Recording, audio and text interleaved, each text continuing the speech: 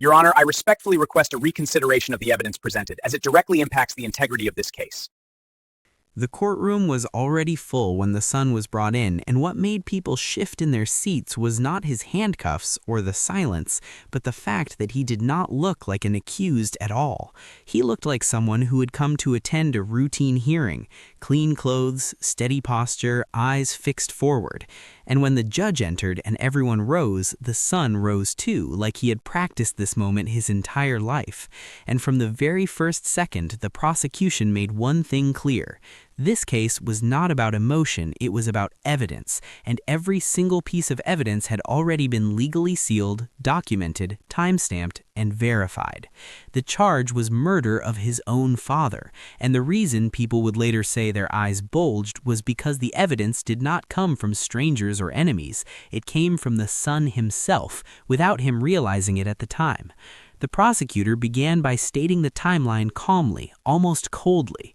On the night of the death, the father was alive at 9:42 p.m., confirmed by a phone call recording stored automatically on the telecom provider's server. This was not hearsay, it was a digital record retrieved under warrant and played in court. The voice of the father was clear. He was asking the son why money had been withdrawn from his account earlier that day. The son's voice replied casually, saying it was for household expenses. The timestamp was shown on the screen behind the judge, and everyone saw it. 9:42 p.m. Then the prosecutor moved to the bank transaction log, which showed a withdrawal of a large amount made at 6:18 p.m. using the father's debit card, but authenticated by biometric verification. The shock began here because the biometric was fingerprint, and the fingerprint did not belong to the father. The fingerprint belonged to the son, and this was not an assumption. It was matched through the National Biometric Database, which stores identity fingerprints used for ID verification. The forensic officer testified that the probability of error was less than 1 in several billion, and the son did not react. His face did not change because he still believed this could be explained. But then came the ATM camera footage. The footage showed the son standing alone at the ATM wearing a cap and glasses, but his gait, posture, and facial points were enough for positive identification. The court saw the clip and then saw the side-by-side comparison using facial mapping software approved by the Forensic Standards Authority. The match score was shown on screen, and even lay people could understand it because it was explained slowly, step by step. The prosecutor then said something that changed the atmosphere completely.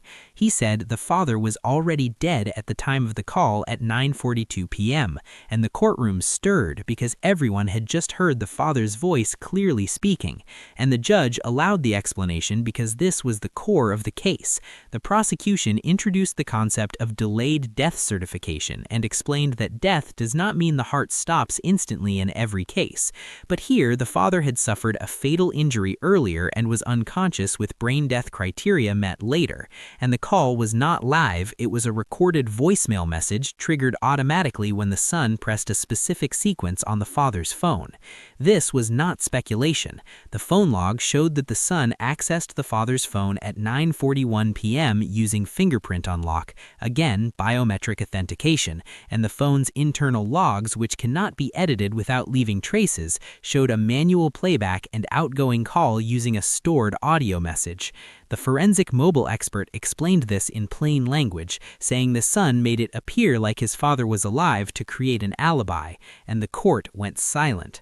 The defense objected, but the judge overruled because the data was extracted using certified forensic tools and hash values matched, proving no tampering. Then came the medical evidence. The autopsy report showed a blunt force injury to the back of the head with a specific pattern consistent with a marble paperweight recovered from the study room of the house. The paperweight was shown in court sealed in evidence plastic, and it had microscopic blood spatter not visible to the naked eye, but confirmed through luminol testing and DNA analysis.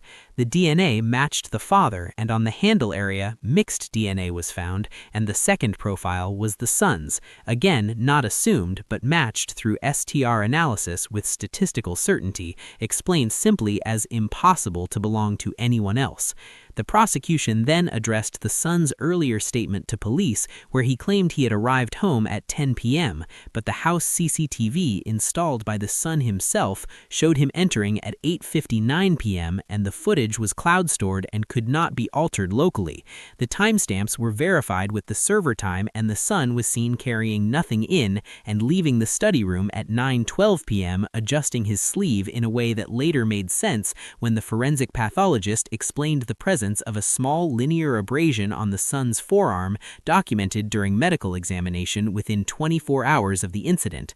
The injury pattern matched contact with a sharp desk edge found in the study room, exactly where blood droplets were later detected under ultraviolet light, and the courtroom began to feel heavy because every explanation was backed by something visible, something measurable, something people could understand. The prosecutor did not raise his voice. He didn't need to. Then he introduced the final piece for that day, which he called the silent witness, the son's own watch. The defense tried to object again, but the judge allowed it because the data was obtained under warrant, and the manufacturer confirmed authenticity. The smartwatch showed elevated heart rate and sudden movement spikes between 8:59 p.m. and 9:07 p.m., consistent with physical exertion, followed by a period of stillness, then hand-washing motion patterns detected by the gyroscope and accelerometer data. And this was explained carefully so even people unfamiliar with technology could grasp it. The data then showed the son sitting still for several minutes, followed by pacing, and then the watch recorded him climbing stairs at 9:35 p.m. and leaving the house at 9:50 p.m., which contradicted his statement completely. The prosecutor ended the session by saying this was only the foundation, and that the remaining evidence would show motive, planning, and consciousness of guilt. And when the judge adjourned for the day, people did not move immediately because what they had seen was not drama or speculation. It was a chain of ordinary modern records, phones, cameras, biometrics, health devices, all quietly recording a truth the son had believed would never surface. And as he was let out, he finally looked back, and his eyes were no longer calm, because for the first time he understood that every ordinary action he took had already testified against him.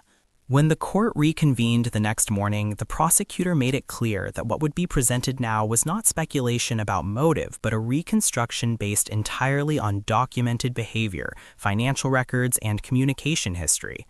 And he reminded the court that motive was not required to prove guilt, but it explained intent, and intent explained planning, and planning explained why the evidence looked the way it did. The first document displayed was a legal notice issued 6 months before the death, showing the father had amended his will, removing the son as the primary beneficiary. And this was not rumor, it was a notarized document filed with the registrar, and the father's lawyer testified confirming the change and stating that the father had told him the reason was repeated financial misconduct and unauthorized withdrawals by the son. The courtroom listened as bank statements were shown month by month, highlighting a pattern of small withdrawals escalating to larger amounts, all made using the father's card but authenticated through the son's biometric fingerprint. The defense tried to argue consent, but the prosecutor immediately showed recorded text messages retrieved from the father's phone, where the father confronted the son, warning him to stop accessing his finances and threatening legal action. The language was direct and unmistakable, and the timestamps showed these messages were sent days before the death. Then came the loan documents. The son had taken multiple personal loans and credit advances, all approved within a short period and already in default. Notices had been issued, and the bank officer testified that failure to repay would result in criminal recovery proceedings. The son's financial stress was not assumed, it was documented.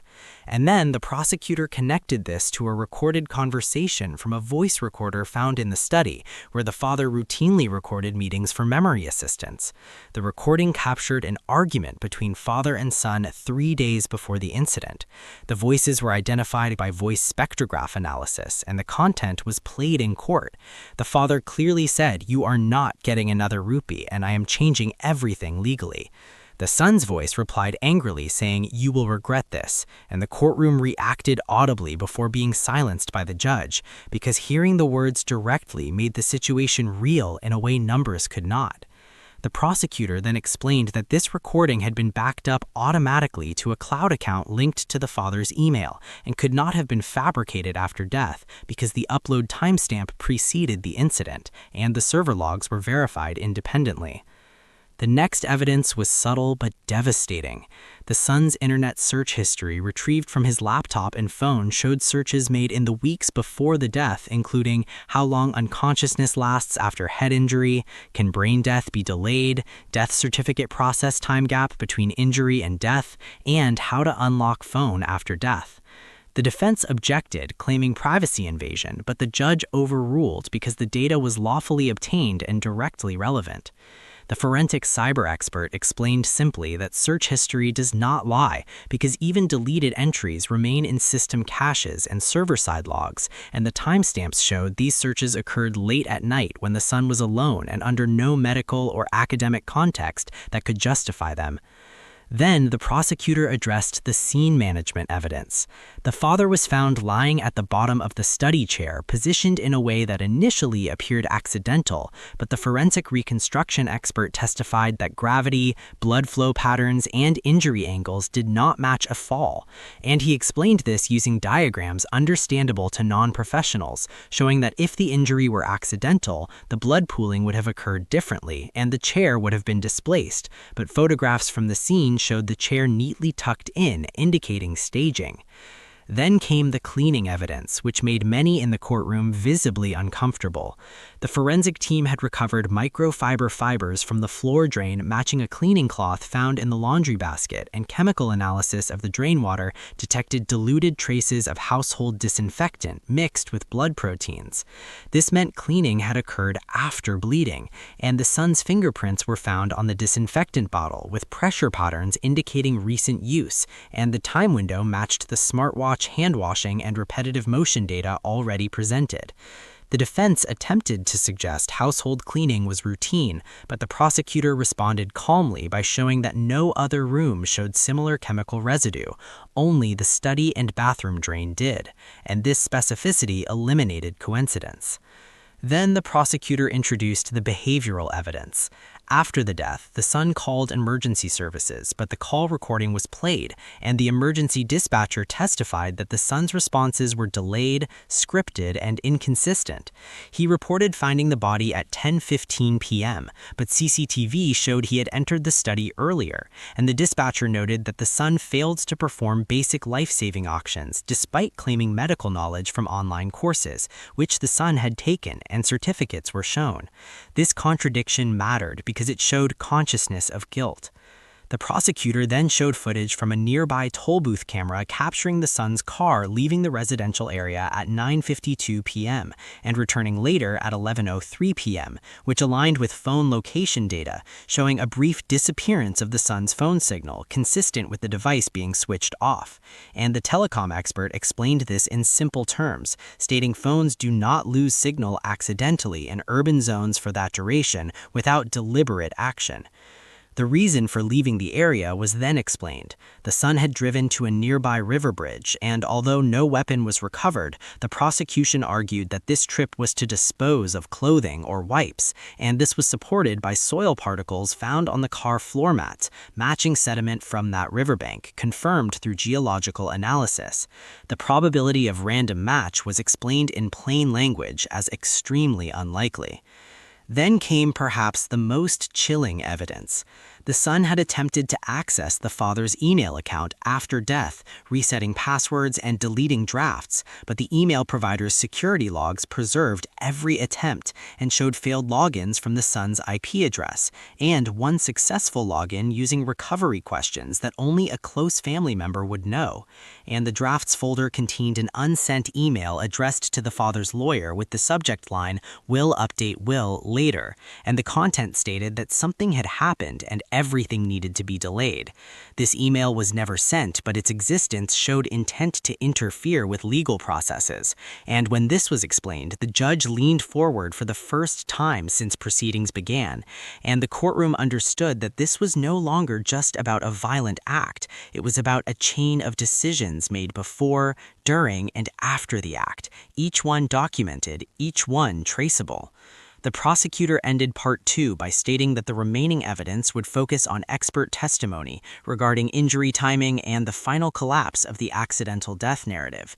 And as the son sat listening, his shoulders slumped slightly because, unlike dramatic confessions, this case was built from ordinary data that he himself had created and preserved unknowingly, and every attempt he made to control the story instead recorded his guilt in layers that no argument could erase. When the third day began, the defense believed their strongest chance lay in attacking the medical timeline, because if even a small doubt could be introduced about when the injury occurred, the entire chain would weaken. But what unfolded instead was a slow clinical dismantling of that hope. And it was done without emotion, without raised voices, and without theory. The first witness was the senior forensic pathologist who had conducted the post-mortem, and he began by stating something simple that everyone could understand, that the human body follows biological rules, and those rules cannot be persuaded to lie. He explained the injury in plain terms: a single blunt force impact to the occipital region of the skull, delivered with enough force to cause immediate loss of consciousness, followed by catastrophic brain swelling and hemorrhage. And he explained that such an injury produces a predictable sequence of physiological changes. And then he walked the court through those changes step by step, using timestamps tied to objective findings. The first was the pattern of intracranial bleeding, which showed no signs of secondary movement, meaning the victim did not walk or fall afterward. Then came the lack of defensive injuries on the hands, which meant the victim did not anticipate the blow. Then the absence of aspiration in the lungs, which meant breathing had ceased shortly after the injury. And then the body temperature analysis, which was one of the most striking moments, because the pathologist explained how core body temperature decreases at a measurable rate after death, and how that rate had been calculated based on ambient room temperature, humidity, clothing, and body mass, all recorded by the crime scene team. And he stated that death would have occurred between 8:55 p.m. and 9:05 p.m., and this window aligned exactly with the smartwatch exertion data and CCTV timestamps already shown. And the defense attempted to suggest variability, but the pathologist calmly responded that while variability exists, it does not stretch by hours without external factors, and no such factors were present. Then came the stomach contents analysis, which many in the courtroom had never heard explained so clearly. The father had eaten dinner at approximately 7:45 p.m. based on partially digested food contents and gastric emptying rates, and the son had claimed they ate together at 9:30 p.m., which was impossible because digestion does not reverse, and this was not opinion, it was biology. Then the prosecutor brought in the emergency physician who had pronounced death, and the defense hoped this would help them because the official death certificate time was later, but the physician explained that time of pronouncement is not time of death, and that in this case, the signs of death, including fixed pupils, lack of corneal reflex, and absence of spontaneous respiration, indicated that death had occurred significantly earlier. And he testified that the body already showed early rigor in the jaw and neck, which does not develop within minutes. And again, this placed death well before the emergency call. Then came the neuropathologist, whose testimony made the courtroom visibly uneasy, because he explained that the pattern of axonal injury seen under microscopy could only occur if the brain was subjected to rotational acceleration consistent with a deliberate strike, and not a simple fall. And he explained this without jargon, saying falls create linear damage, strikes create twisting damage, and the slides shown were labeled and clear. Then the prosecutor addressed the defense theory that the son had discovered his father collapsed and panicked, and this is where the prosecution introduced the concept of post-event behavior analysis, not psychology, but observable actions. The son had not screamed, neighbors testified hearing nothing. The son had not attempted CPR, despite training records showing he had completed an online emergency response course weeks earlier. The son had not immediately called for help, but instead moved the body, which was confirmed by drag marks beneath the back and heel areas, only visible under oblique lighting. And these marks showed movement after bleeding had stopped, which means the body was repositioned after death, and this could not be explained by resuscitation attempts. Then came the blood stain pattern analyst, who explained how blood behaves and how the droplets on the son's clothing were not consistent with discovering a body, but with being present at the moment of impact. The droplets were small, round, and forward projected, indicating proximity to a forceful event. And this was demonstrated using simple diagrams, not graphic imagery. And the defense objected again, but the judge allowed it because the explanation was factual and educational. Then the analyst explained something that caused murmurs. The son had washed his clothes, but trace amounts of blood were found embedded in the seams and cuffs, which washing does not remove completely. And the DNA again matched the father. And the presence of detergent residue mixed with blood proteins showed attempted cleaning after contamination. Then came the most devastating portion.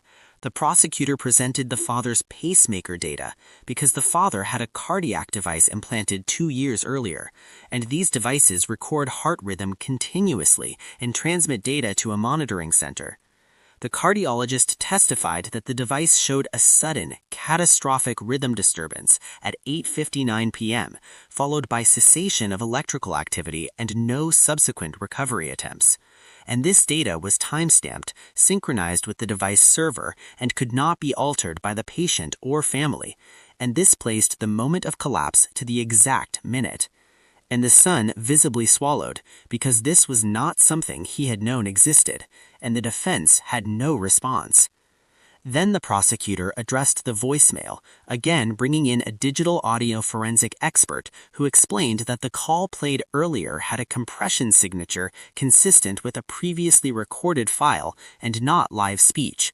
And he explained this by saying live speech breathes, recordings repeat patterns, and the waveform analysis showed repetition, and this proved that the son had used an old recording of his father's voice to fabricate presence, and when asked why this mattered, the expert said because it showed planning and awareness of death timing.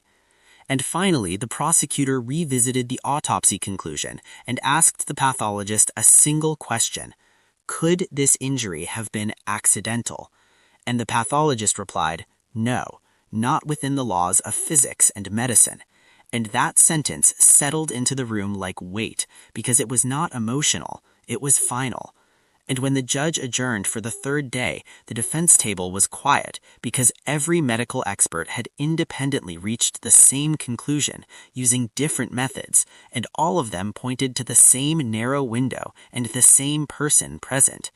And the son, who had once believed that complexity would protect him, now understood that complexity had only created more witnesses, and the case no longer felt like it was moving toward a verdict. It felt like it had already arrived. By the fourth day, the courtroom atmosphere had changed completely because the defense no longer argued innocence but tried to argue doubt, and the judge allowed them to proceed knowing that this phase would test whether the evidence merely looked strong or was structurally unbreakable. And the defense began by calling their own expert witnesses, hoping to fracture the prosecution narrative, but each attempt only exposed how tightly the case had been constructed. The first defense expert was a private forensic consultant who suggested alternative interpretations of the injury timing, claiming variability in biological markers.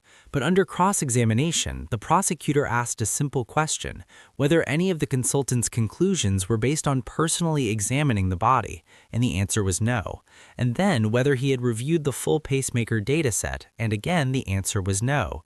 And finally, whether he could explain how multiple independent data sources could all align accidentally, and the consultant could not, and the judge noted this on record because opinion without direct data carries limited weight. Then, the defense attempted to cast suspicion on investigative bias, suggesting police had focused too early on the son and ignored other possibilities. And this is where the prosecution introduced the elimination evidence, which is often overlooked but critical. They showed access logs to the house which used a smart lock system, recording every entry and exit. The logs showed only the son and father had entered the house that evening. No cleaners, no visitors, no neighbors, and the timestamps matched CCTV footage and mobile location data from nearby towers, confirming no third-party presence. And the prosecution emphasized that elimination of alternatives is not assumption, it is verification. And then came the neighbor testimonies, which were brief but precise. 2 neighbors testified hearing nothing unusual, no arguments, no strangers, no vehicles other than the son's car, and 1 neighbor testified seeing the son pacing in the driveway later that night, speaking on the phone, and this aligned with telecom data showing a call placed to a friend, during which the son said, "Something bad happened, but I can handle it." And this phrase was not interpreted emotionally, but factually, as an admission of awareness and control. Then, the defense attempted to challenge the admissibility of digital evidence, claiming technology is fallible, and the prosecutor responded by calling the certification officer from the National Digital Forensics Authority, who explained the validation process, chain of custody, hash verification, and tool reliability, using language that was deliberately simplified for the court. He explained that each digital file had a unique fingerprint, and if even a single pixel or byte was altered, the fingerprint would change, and none had changed, and the judge accepted this explanation on record, which meant the digital evidence was now essentially untouchable. Then, the defense made a final attempt by calling a psychologist to suggest the son's behavior after the incident was consistent with shock and dissociation, but under cross-examination, the psychologist admitted he had not interviewed the son until months later and had relied on self-reported symptoms, and the prosecutor asked whether dissociation typically involves systematic cleaning, deletion of emails, fabrication of voice calls, and staged timelines, and a psychologist conceded those behaviors are goal-directed and inconsistent with acute shock, and the courtroom reacted because even without medical training, people understood the difference between panic and planning. Then, the prosecution shifted focus to something subtle but devastating: consciousness of guilt. The prosecutor presented evidence of the son's internet activity after the death, showing searches like "How long until autopsy results come?" "Can death be ruled accidental after embalming?" and "What happens if evidence is circumstantial?" And these searches occurred after the emergency call, not before, and this sequence mattered because it showed the son was already thinking legally, not emotionally. And the prosecutor explained that innocent people seek help, guilty people seek outcomes. Then came the insurance evidence. The father had a life insurance policy, and the beneficiary had recently been changed back to the son after the will amendment dispute, and the insurance agent testified that the father had expressed hesitation and wanted to review again, and the prosecution showed that the son had scheduled a meeting with the agent 2 days after the death, which he canceled once the investigation escalated, and this showed anticipation of benefit and fear of scrutiny, and the defense could not explain this timing. Then, the prosecutor addressed the son's own testimony because he had chosen to take the stand believing he could explain inconsistencies, but this became the turning point because under oath his statements were compared directly to documented records, and every discrepancy was shown on screen one by one. His claim of discovering the body conflicted with CCTV, his claim of panic conflicted with smartwatch calm intervals, his claim of calling immediately conflicted with call logs, and each time the prosecutor asked, was this statement true or false? And the son hesitated, and that hesitation mattered, because it was not about memory, it was about contradiction. And when asked about the voicemail, the son claimed he did not know how it was sent, and the digital expert was recalled briefly to state that the specific action required manual selection and confirmation and could not occur accidentally. And the judge allowed this clarification, and the defense did not object because they had no basis. Then came the moment that made even seasoned observers uncomfortable. The prosecutor asked the son why he used his fingerprint to unlock his father's phone after death, and the son said he wanted to contact relatives. And the prosecutor asked why then did he delete draft emails and attempt to reset passwords, and the son had no answer, and silence stretched because there was nothing left to reinterpret. Then the prosecution presented the final consolidation exhibit, a timeline board showing every piece of evidence aligned minute by minute: phone unlock at 8:59 p.m., pacemaker arrest at 8:59 p.m., exertion spike at 9 p.m., injury window confirmed by pathology, body repositioning between 9:05 and 9:12 p.m., cleaning activity until 9:30 p.m., voicemail fabrication at 9:41 p.m., exit from house at 9:50 p.m., return at 11:03 p.m., emergency call afterward. And this timeline was not narrated dramatically, it was simply displayed and explained calmly. And this is when the judge asked a rare question of his own, asking whether any evidence contradicted this sequence, and the prosecution replied no, and the defense did not respond because contradiction requires data, and they had none. And when court adjourned that day, people did not talk loudly as they left because the case had reached a point where emotion no longer mattered, disbelief no longer mattered, even sympathy no longer mattered.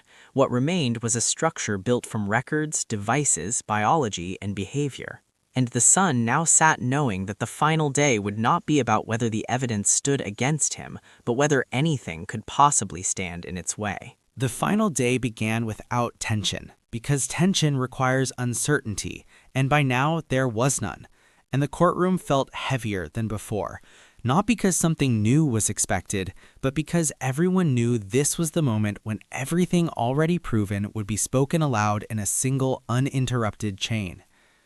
The prosecution did not dramatize the closing argument, and that restraint made it more unsettling because the prosecutor simply walked the court through the case exactly as a common person would explain it to another common person, starting from the beginning, saying a father trusted his son with access, and that trust was recorded in fingerprints, bank logs, and shared space. Then the trust broke, and that break was documented through warnings, messages, will changes, and recorded arguments. Then the pressure mounted, and that pressure showed itself in searches, debts, and threats. And then the night came, and every minute of that night left a mark, not because someone wanted it to, but because modern life records us without emotion. The prosecutor repeated the timeline again, slowly, explaining that there was no gap where imagination had to fill in anything. Every step had a record, and when he said the words, "Evidence does not get tired, does not forget, does not feel sorry," the son lowered his head for the first time. And the defense's closing was brief, because there's only so much one can say when arguing against biology, physics, and machines. They spoke about tragedy, about loss, about how a family had already been destroyed, and asked the court to consider whether punishment would heal anything. But the judge reminded them gently that the court does not exist to heal, it exists to decide facts.